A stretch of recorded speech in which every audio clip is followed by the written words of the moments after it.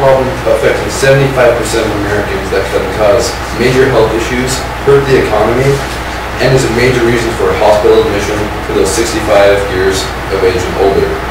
This is a problem that affects a staggering 270 million Americans every day, and it probably affects almost everyone in the school this morning. Hydration is the most important part of our diet, yet is one of the most ignored parts. This morning I'm going to be talking to you about this problem that affects so many people in our country by first explaining to you how this seemingly insignificant problem has a great effect on all of us and how to fix this problem for yourself. 75 to 90% of Americans are chronically dehydrated, but why does this matter? First of all, our body is made up of 45 to 60% water, depending on how much body fat to muscle you have. Body fat is 20% water, while muscle is 70% water. This means that water is therefore the most abundant nutrient in the body. So not having enough water in your system isn't good for you, obviously, because your system's they're all made to run on water. So there are complications with even slight dehydration. Dehydration has been linked to asthma, arthritis, cancer, diabetes, obesity, high blood pressure, and infections. If you put all these together, you get something that we just call aging. It's only common sense to know that water helps you to be a healthier person. Water lubricates the joints by causing them to be smooth, and water hydrates the blood, making it easier for your heart to pump. Water carries toxins to the kidneys so that they can be eliminated from the body. But there are bodily functions that you might not know that water has to do with. Being hydrated creates a neutral pH level in the body so that your immune system can work more efficiently. This means that infections, as well as cancer, has a lot more trouble growing in a body that's a lot more hydrated. A lack of lubrication for your muscles causes you to feel like movements are exhausting. Even when someone is in good physical condition, dehydration can make them feel very weak and tired. The lack of water also affects the brain and how well signals travel through your body. Your nerve cells are aided by the presence of water for signals to travel quickly. A lower amount of water can reduce that time. Alright, how many of you guys yesterday drank 8 or more glasses of water?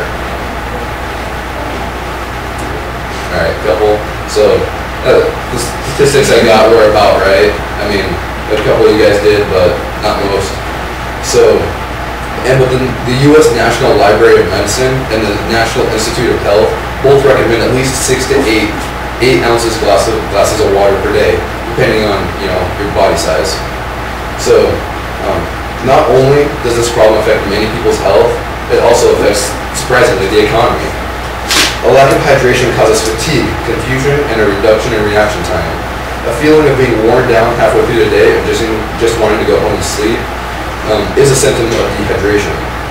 Athletes experience a 10% performance loss for every 1% body water lost. But most of you aren't athletes here today. But most of you do chop wood, cultivate gardens, and do some other outside physical work. The physical aspect is the same for athletes.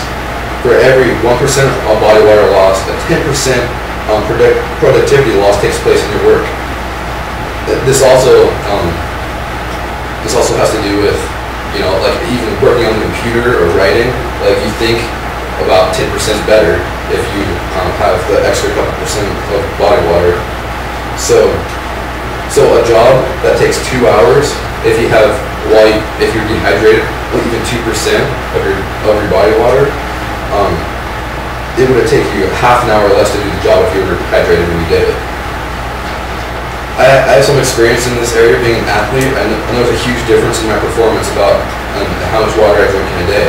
If I haven't drank enough water, I'm irritable, tired, have a lack of appetite.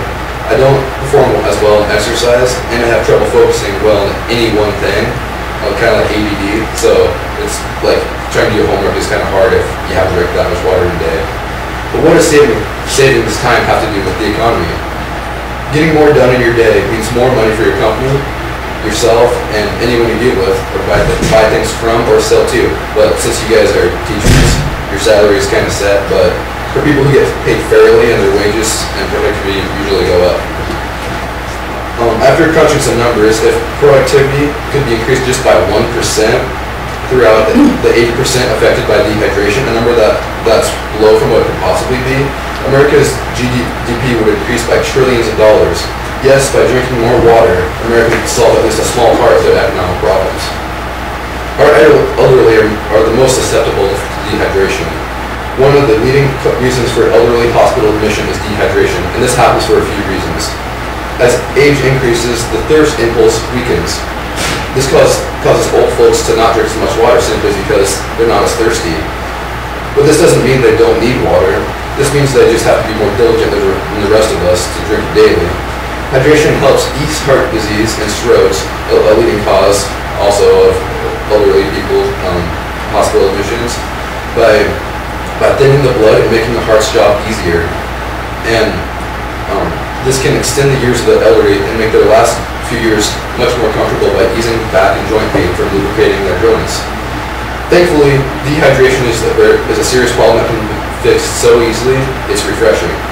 There are several things you can do to solve this problem. First, you should drink at least 6 to 10 ounces of water every day. Or 6 to 10, 8-ounce glasses of water every day. If this seems like an annoyance, just think of your back pain, your doctor bills, and medicine payments that you have to make. Taking a few extra seconds to drink a glass before heading out the door is a very easy way to get more water if you have trouble thinking about it. And replacing diuretic drinks like alcohol and coffee, or just having a glass of water next to your coffee or beer is a great way to get more water also. These small changes in your lifestyle can help increase your lifespan and make it more comfortable. As I said, dehydration is a very widespread problem in America, affecting 270 million of us. It causes unnecessary illnesses and as well as hurting you where you can really see it, your wallets. You can help yourselves as well as your friends by drinking more water and by spreading the word. I got my sources from healthywaterdustfilters.com, the National Institutes of Health, National Library of Medicine, WWPB Online, HubPages.com, and ExtremeNutrition.com.